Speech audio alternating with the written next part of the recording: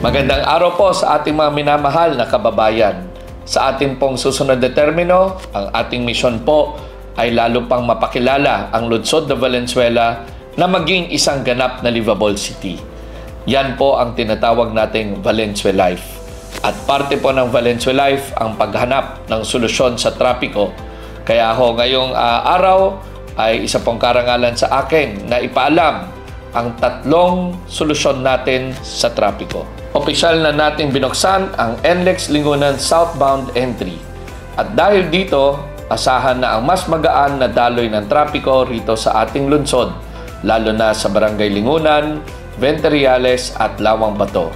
Ngayong bukas na ang bagong entry ramp sa pagtutulungan ng Pamahalaan Lungsod ng Valenzuela at ng NLEX, inaasahang mababawasan ng 32% o 5,255 vehicles ang dumadaan sa Paso de Blas exit. Nakasalukuyang dinadaanan ng mahigit na 16,421 na motorista kada araw. Dahil dito, makakaasa kayo na mas maluwang na ang daloy ng trapiko papasok at paglabas ng NLEX.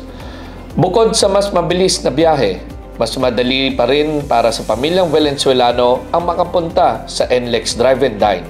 Hindi na kailangan dumaan pa sa may Kawayang Interchange, maaari na kayong dumiretso sa inyong mga paboritong kainan gamit ang bagong Lingunan Southbound Entry. Dagdag pa rito, tinatansyang 386,348 na Valenzuelanos at 9,631 business establishments mula sa 14 na barangay ang direktang makikinabang sa proyektong ito.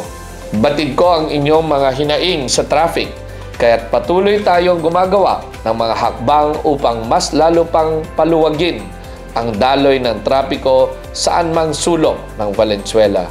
Ang pangalawang traffic solution natin ay ang NLEX C5 Northlink Segment 8.2. Makakatulong ito sa pagpapaluwang ng trapiko sa Ugong, Mindanao Avenue patungong Quirino Highway sa Quezon City. Magiging mas mabilis, mas ligtas at mas maginhawa ang pagbiyahe ng mga sasakyan sa ating lungsod. Ngayon bukas na ang Lingunan Southbound Entry, atin naman pong sunod na tututukan ang isa pang mga proyekto natin.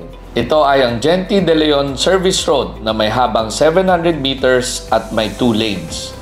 Ito ay magsisilbing shortcut sa MacArthur Highway at mas mabibilis ang inyong biyahe mula Karuhatan. Kompleto na rin ito sa streetlights, sidewalk at drainage system. Mahigit 100 milyon ang inilaan ng Pamahalaan Lungsod ng Valenzuela para sa proyektong ito. Patuloy ang ating aksyon para sa mas maginhawang buhay ng pamilyang Valenzuelano. Abangan ninyo ang iba pang mas bago, mas mabilis at mas convenient na alternatibong daan para sa lahat ng motorista. Tuloy ang progreso.